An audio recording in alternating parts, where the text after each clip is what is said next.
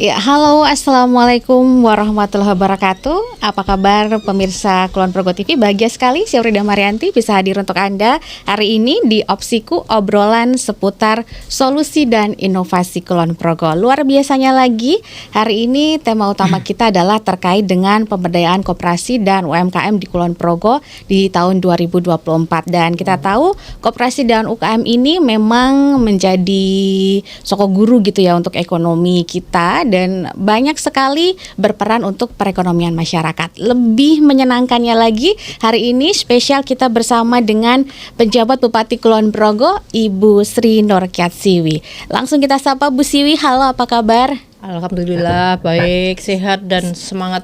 Iya, luar biasa. Terima kasih Bu Siwi sudah hadir meluangkan waktu bersama kita. Yang kedua ada Bu Iva Mufidati, Kepala Dinas Koperasi dan UKM Kabupaten Kulon Progo. Bu Iva sehat? Alhamdulillah sehat Mbak Bu. Iya. Semoga kita semua sehat ya. Amin. Iya. Amin. Amin. Tentunya untuk bisa kemudian mendorong terus UMKM kita maju gitu ya Ibu-ibu ya. Amin. Nah, Bu Siwi ini pemirsa, Bu Siwi penjabat Bupati Kulon Progo yang baru ini menggantikan Bu Made yang beberapa waktu lalu ini berpindah posisi begitu ya. Nah, Bu Siwi mungkin sudah beberapa waktu di Kulon Progo, bagaimana bisa perkenalan dulu silakan. Bagaimana Kulon Progo menyenangkan Bu? Biasanya di kota nih Bu harus pindah ke Kulon Progo yang seperti ini.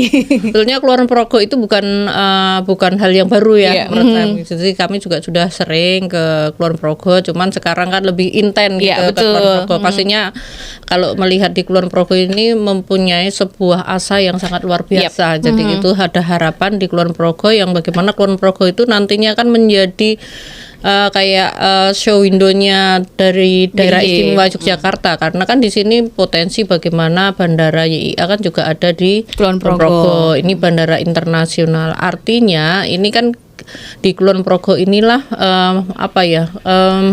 halaman depan gitu, halaman depan atau bagaimana masyarakat atau pihak luar, kalau kita bicara wisatawan atau mungkin tamu-tamu ini kan harapannya turun di Kulon Progo yang memberikan mendapatkan sesuatu yang memang menarik. Menarik dari mana? Dari semuanya, dari semua aspek, bagaimana keramahan, bagaimana kalau kita bicara mungkin pemandangannya, tempat wisatanya, bagaimana mungkin kulinernya. Jadi di Kulon Progo ada sebuah harapan yang sangat luar biasa menurut kami seperti itu. Iya, jadi memang potensinya besar Bu ya. Iya. Jadi primadona yang memang harus dioptimalkan. Salah satunya ini adalah terkait UMKM dan juga koperasinya.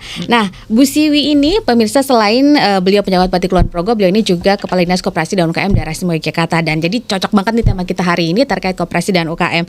Nah, Bu Siwi ini, baik Bu Siwi ketika menjadi Kepala Dinas Koperasi UKM DIY dan juga penjabat Bupati Kulon Progo ini juga selalu nih menggaung-gaungkan UMKM, mendorong UMKM untuk tumbuh terus.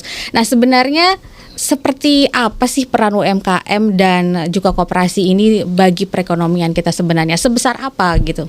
Ya, kalau kita bicara UMKM atau koperasi dan UMKM, pasti kita melihat terhadap sejauh mana kontribusi UMKM ataupun koperasi terhadap pertumbuhan atau pemerataan ataupun PDRB dari sebuah wilayah. Nah, kalau bicara kontribusinya apa saja, pasti bicara kontribusinya sudah sangat luar biasa ya, 98. Bahkan kalau kita bicara, pasti kita sebetulnya ada aspek apa saja sih di wilayah tersebut, baik pemerintah yang di provinsi maupun yang ada di kabupaten kota. Kita bicara pengangguran. Kalau bicara pengangguran atau sejauh mana sih penyerapan terhadap tenaga kerja bagi para pelaku UMKM, serapannya sudah sekitar 98-99% ya kan, penyerapannya di situ. Kalau kita bicara UMKM itu kan ada gradasinya. Bagaimana UKM yang kelasnya, maksudnya kan strateginya bagaimana UKM mikro, kecil, menengah, ini kan UKM ya. Kita bicara UMKM ataupun UKM. Nah, maka inilah sebetulnya menjadi garda terdepan untuk dalam rangka pertumbuhan dan pemerataan ekonomi. Dan inilah menjadi, tapi ini akan mempunyai dampak yang memang seperti harapannya menjadi garda terdepan. kalau ini tidak ada komitmen atau tidak ada pembenahan dari sisi kompetensi dari sisi berbagai pihak gitu. Maka UMKM-nya ya mestinya harus bagaimana kesiapan mereka dari sisi SDM-nya, dari sisi pelembagaannya, bagaimana sebetulnya regulasinya. Karena kan pemerintah ini kan ada 3 fungsi, bagaimana sebetulnya mengatur atau memfasilitasi terhadap regulasi dan bagaimana afirmasinya. Afirmasi dari pemerintah terkait dengan kalau kita bicara sekarang hari ini kita fokus kepada koperasi UMKM, afirmasi terhadap koperasi UMKM ini seperti apa, maka bicara lagi regulasinya kan sudah mengangkat ke sana. Kita sudah ada Undang-Undang Cipta Kerja, ada PP 7, bahkan turun lagi ada Pergub, ada Perbub juga yang terkait dengan bagaimana fasilitasi dan pemberdayaan pada koperasi dan UMKM. Nah, setelah itu regulasi, afirmasi pasti butuh partisipasi. Siapa ini partisipasi? Seluruhnya gitu, seluruh aspek. Kita nggak bicara hanya Pemda, tapi bicaranya pasti bagaimana sektor yang lain gitu kan, sektor kewilayahan, lembaga, semua elemen baik yang vertikal maupun horizontal. Kalau kita bicara mestinya kita bicara pentahelik ya. Bagaimana perguruan tinggi, bagaimana kita pemerintah, bagaimana komunitas, bagaimana lembaga pembiayaan, bagaimana peran dari para swasta ya, terus bagaimana para media juga, karena media ini kan juga value planner kan, sekarang kan terus kita medianya ke sana, arahnya kan juga harus ke sana juga, bagaimana kita akan mengangkat peran serta para pelaku koperasi UMKM ini benar-benar mereka juga naik kelas gitu. Saat naik kelas, yang naik kelas bukan hanya mereka, bukan hanya koperasi UMKM-nya, daerahnya, Pemdanya itu juga naik kelas. Naik kelasnya dari apa? Oh, nggak ada mungkin dari sisi ketimpangan, oh nggak ada pengangguran, berkurangnya lah, bukan nggak ada berkurangnya terhadap apa yang pengangguran, mungkin kemiskinan, ada stunting. Jadi multiplier efeknya itu sangat banyak gitu, dan ini sudah tertuang di dalam dokumen ya. Kita kan punya RPJPD, punya RPJMD, nah nanti masuk di RKPD, masuk di KUAPPS, dan akhirnya kan terstruktur di dalam program kegiatan sesuai dengan ketugasan fungsi dari para OPD gitu. Nah ini yang terus harus didorong bersama gitu. Ya, jadi memang UMKM ini tadi garda terdepan perekonomian. Ini ternyata tidak hanya dari sisi ekonomi UMKM-nya, tapi kemudian ada multiplier effect yang terjadi terutama untuk kesejahteraan masyarakat gitu ya Bu ya. Karena memang tujuan utamanya adalah mewujudkan kesejahteraan masyarakat itu. Ini dari satu UMKM misalnya, dari satu usaha aja mungkin rekrutmen tenaga kerjanya sudah cukup banyak, nanti sudah bisa mengentaskan kemiskinan di sekitarnya. Nah, kalau kondisi terkini di Kulon Progo seperti apa sih Bu Iva, kondisi koperasi dan UMKM kita saat ini, silakan. Ya. Baik, matur nuwun Mbak Wur, yang kami hormati Ibu PJ Bupati, Bu Siwi, dan Mbak Wur selaku host. Baik, kami menjelaskan terkait dengan kondisi koperasi dan UMKM di Kabupaten Kulon Progo. Jadi kalau berbicara UMKM sendiri, ini data di 2023 kemarin terakhir ya, ini jumlahnya adalah 52.000. 52.000. 52.000 dengan komposisi ini mikronya adalah 99,10%. Jadi ada 51.538 ya untuk mikronya. Jadi memang dominasi di Kulon Progo ini adalah pengusaha mikro, dan itu dari berbagai sektor ekonomi, meliputi pertanian, peternakan, perikanan, kelautan, kemudian industri pengolahan, bangunan, perhubungan, perdagangan, pengangkutan dan komunikasi, serta jasa-jasa lainnya. Nah, kemudian kalau fokus kepada binaan, tentunya kita lebih kepada industri olahan. Di mana industri olahan ini adalah meliputi industri dari bahan mentah menjadi setengah jadi, bahan mentah menjadi barang jadi, atau barang setengah jadi menjadi barang jadi ya. Itu jadi proses produksi itu yang kita kita identifikasi sebagai industri pengolahan yang meningkatkan nilai produk ya, atau ada added value-nya. Itu meliputi makanan, olahan makanan, minuman, kemudian kerajinan, pakaian itu ya, dan termasuk juga kuliner. Nanti di dalamnya ada bapokting lokal, ada bahan pokok penting lokal yang kita juga sendirikan itu karena termasuk dalam bahan pokok penting. Itu untuk UMKM. Nah, kemudian kalau berbicara koperasi, Mbak Wur ya, kalau koperasi kita ini data terakhir lagi di 2023 ada 284 koperasi, gitu ya, 284. Sehat semua? Ya, kalau kita identifikasi sehat adalah RAT ya Bu Siwi ya. Jadi RAT itu ya ini fakta ada 55,28%. Jadi separuh lebih lah ya yang RAT tertib setiap tahun 3 tahun berturut-turut. Jadi kita mengidentifikasi sehat itu 3 tahun berturut-turut adalah RAT tiap tahun gitu. Nah, yang tadi yang sisanya 44,72% itu ada yang model RAT jelong-jling, ada RAT enggak atau mungkin tidak. Nah, ini memang semuanya ada treatment untuk pendampingannya begitu. Ya, itu mungkin kalau gambaran koperasi dan UMKM, Mbak Wur. Iya, Bu Iva, kalau dari sisi sektornya mungkin yang mayoritas apa nih kalau Kulon Progo? Ada kekhususan yang paling menonjol gitu nggak, atau merata? Untuk koperasi atau UMKM? UMKM. Oh, untuk UMKM. Kalau kami memang melihat ya, kalau UMKM yang terbanyak kuliner ya? Jelas kuliner ya, karena memang itu yang keseharian dibutuhkan, baik itu olahan pangan maupun olahan minuman. Gitu. Oh, dari sisi wilayah perkembangannya ini juga merata sekulon Progo UMKM-nya, atau ada daerah-daerah yang mungkin masih perlu dipush, terlalu jomplang dengan daerah lain mungkin, Bu?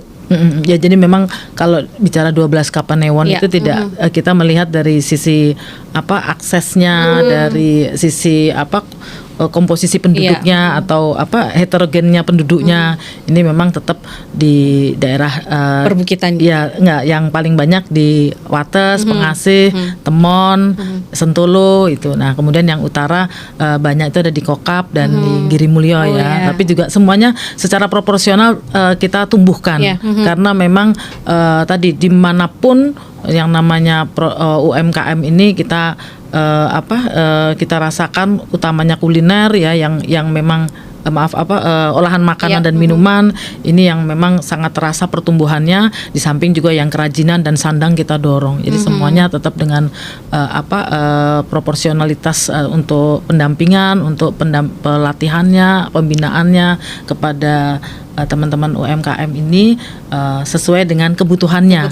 Jadi tadi kalau jargonnya UMKM naik kelas, ya tentu kita akan melihat kelasnya. Yang kelas 1 treatmentnya seperti apa, kelas 2 seperti apa, dan seterusnya, supaya mereka juga bisa bersemangat sesuai dengan kondisi keadaan ataupun keberadaan mereka. Iya, benar-benar bisa diikuti gitu. Betul, ya naik kelasnya ini. Ya, ini terkait dorongannya adalah UMKM naik kelas. Ini mungkin hampir merata seluruh Kulon Progo ini pasti ada UMKM dong ya, dan semuanya didorong untuk bertumbuh. Mungkin Bu Siwi ada program khusus begitu yang lebih real, yang tergambar gitu untuk pelaku UMKM ini seperti apa?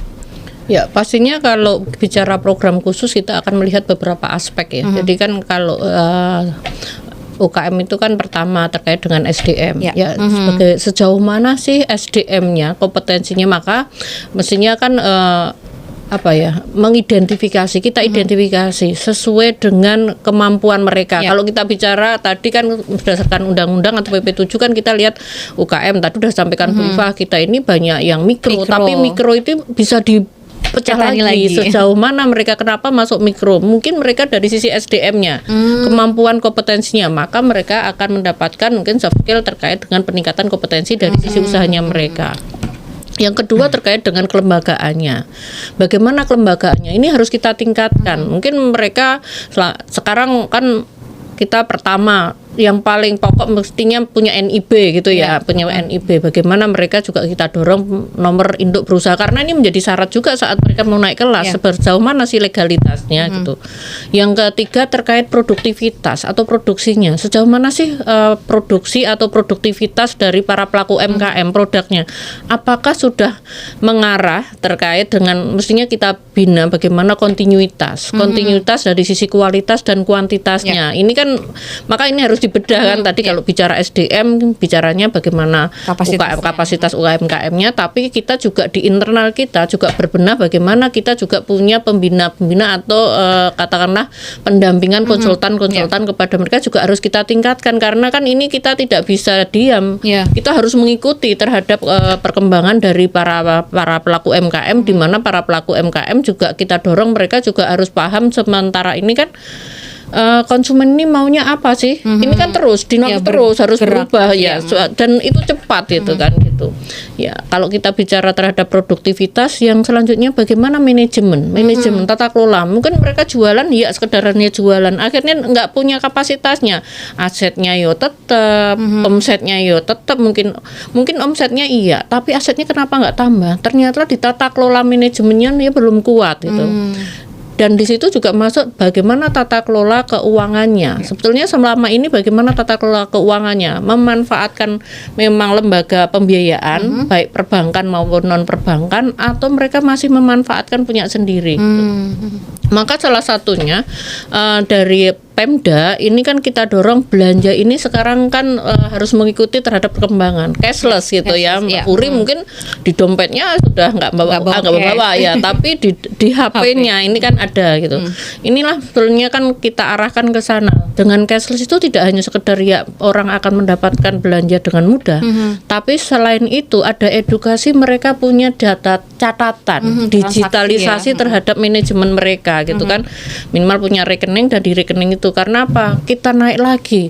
Sekarang kalau kita bicara pembiayaan itu banyak sekali skema atau skim di sana. Bahkan kalau kita bicara nggak punya agunan, sekarang itu kan KUR gitu. KUR nggak pakai agunan, bahkan di Kulon Progo sudah ada subsidi terkait dengan Krisku gitu.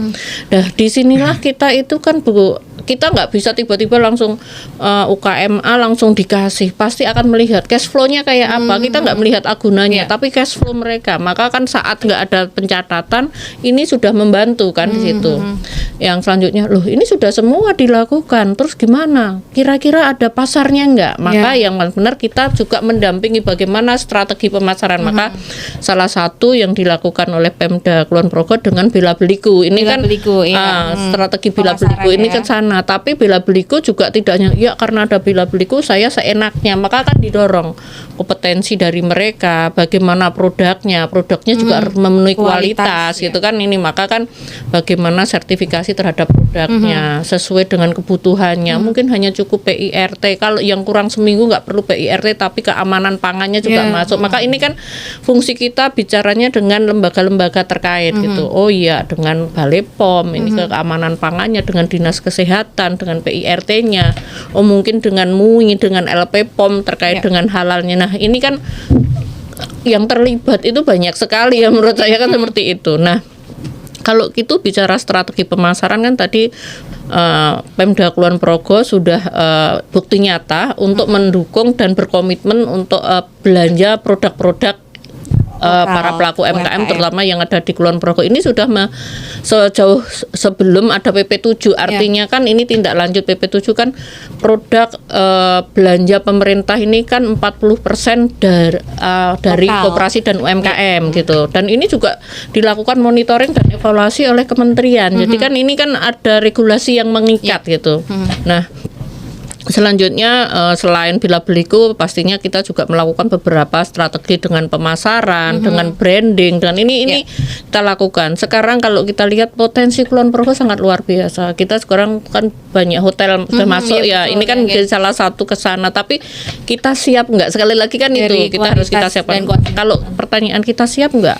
maka yang harus menyiapkan memang sama-sama gitu. Mereka tidak hanya menjadi objek kita, tapi ini juga subjek gitu. Jadi baik koperasi maupun UMKM juga mengarah ke sana, karena bicara koperasi yang kita dorong sekarang kan koperasi sektor real. Koperasi kalau bicara UKM, kalau sendiri-sendiri kekuatannya akan beda, mungkin seperti itu. Tapi saat mereka bergabung dalam sebuah wadah, kalau kita bicara di koperasi inilah menjadi wadah bersama. Mungkin ini kita harapkan menjadi agregatornya ya. Jadi mungkin strategi pemasarannya ke sana.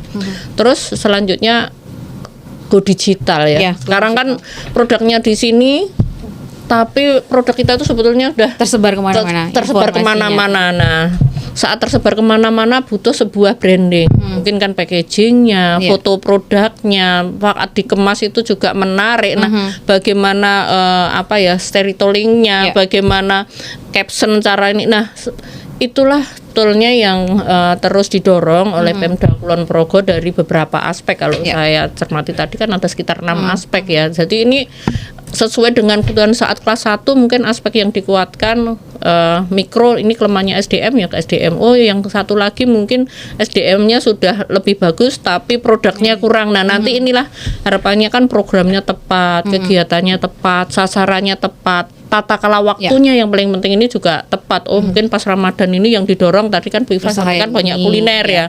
Tapi kulinernya tidak hanya sekedar ini itu.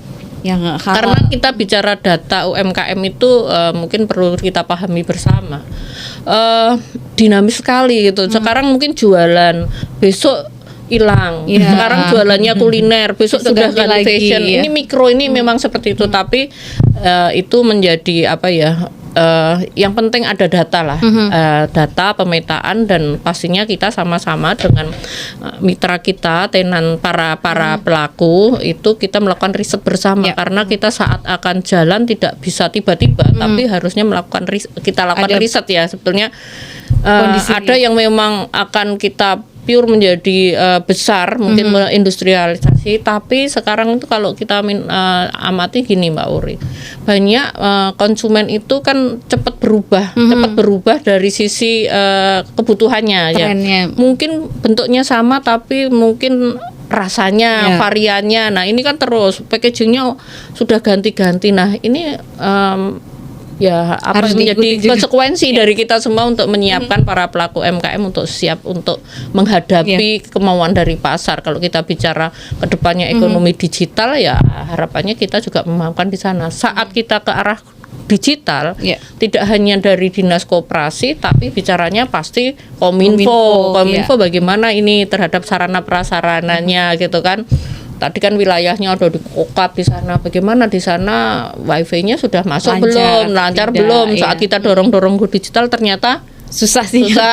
Nah, ini kan betulnya kan makanya ekosistemnya ini mestinya harus terus akan kita penuhi. Iya, jadi memang UMKM ini terus didorong, tapi tidak hanya bisa dari dinas koperasi sendiri, sinergi banyak pihak dan juga dari UMKM-nya sendiri untuk kemudian merasa ingin naik kelas ini juga untuk bisa diketahui di posisi mana mereka. Nah, mungkin Bu kembali sedikit flashback ke program terbaru Bela Beliku ini, mungkin bisa digambarkan lagi seperti apa sih Bu program Bela Beliku ini? Jadi program Bela Beliku ini kan program inovasi dari Pemda Kulon Progo, bagaimana kita mempunyai komitmen bersama untuk mengangkat itu dalam rangka lebih Bela Beli Kulon Progo. Ada lagi dari nasional kan bangga buatan Indonesia gitu. Sekarang ada bangga berwisata. Ini kan sudah ada regulasinya ya, kita kan sekarang ke sana. Maka dari titik yang terbawah kita di kabupaten, maka ini kan Bela Beli Kulon Progo. Maka ini di Bela Beli sistemnya itu Bela Beli sistemnya bukan sistemnya aplikasi gitu. Yang harapannya ini kan juga sudah ada regulasi untuk terutama ASN gitu. Regulasi terutama ASN kita tidak memaksa gitu, tapi ini komitmen sudah dibuat stratanya, strata dari sisi jabatan gitu eselon. Ini bagaimana sebetulnya kebutuhan kita ini kan banyak sekali ya macam-macam. Tapi dengan bela beli ini pastinya bukan berarti para pelaku UMKM terus kayaknya nyaman, ya sudah ada pasti dibeli pembelinya gitu enggak. Jadi para pelaku UMKM ya mestinya menyiapkan terhadap kebutuhan dari terutama para ASN. Ini yang ASN, tapi ini akan berkembang masyarakat yang di Kulon Progo yang akhirnya bukan hanya takut karena ada SE, tapi memang ini menjadi sebuah kebutuhan, menjadi sebuah budaya. Ini yang sebetulnya ditanamkan di bela beli Kulon Progo gitu. Iya, oke, terima kasih Bu Siwi. Jadi ini memang mungkin di awalnya adalah ini ada untuk ASN dulu, tapi kemudian akan menyebar ke masyarakat dan kayaknya sih bukan karena diwajibkan, tetapi karena produknya UMKM-nya memang oke. Memang sudah oke ya. Kan gitu kita beli yang lain, kita beli produk Kulon Progo gitu ya Bu harapannya. Ya, kita menjadi entrepreneur semua setelah memanfaatkan ASN itu sudah kayaknya apa ya lebih tertarik itu kan mestinya kan punya keluarga, punya saudaranya tidak hanya yang di luar, mungkin saudara keluar. Nah ini kan menjadi marketingnya juga gitu. Iya, nanti kita akan lanjutkan lagi perbincangan kita terkait UMKM ini, bagaimana program Bela Beliku dan mungkin sudah berapa banyak sih UMKM yang terlibat, bagaimana juga perkembangan UMKM Go Digital di Kabupaten Kulon Progo. Ada Bu Ifah juga, nanti kita akan tanya kejelasannya. Tetaplah bersama kami di Opsiku, obrolan seputar solusi dan inovasi Kulon Progo bersama Ibu Penjabat Bupati Kulon Progo, Bu Sri Nur Siwi, dan juga Bu Ifah Mufidati, Kepala Dinas Koperasi dan UKM Kulon Progo. Kami segera kembali.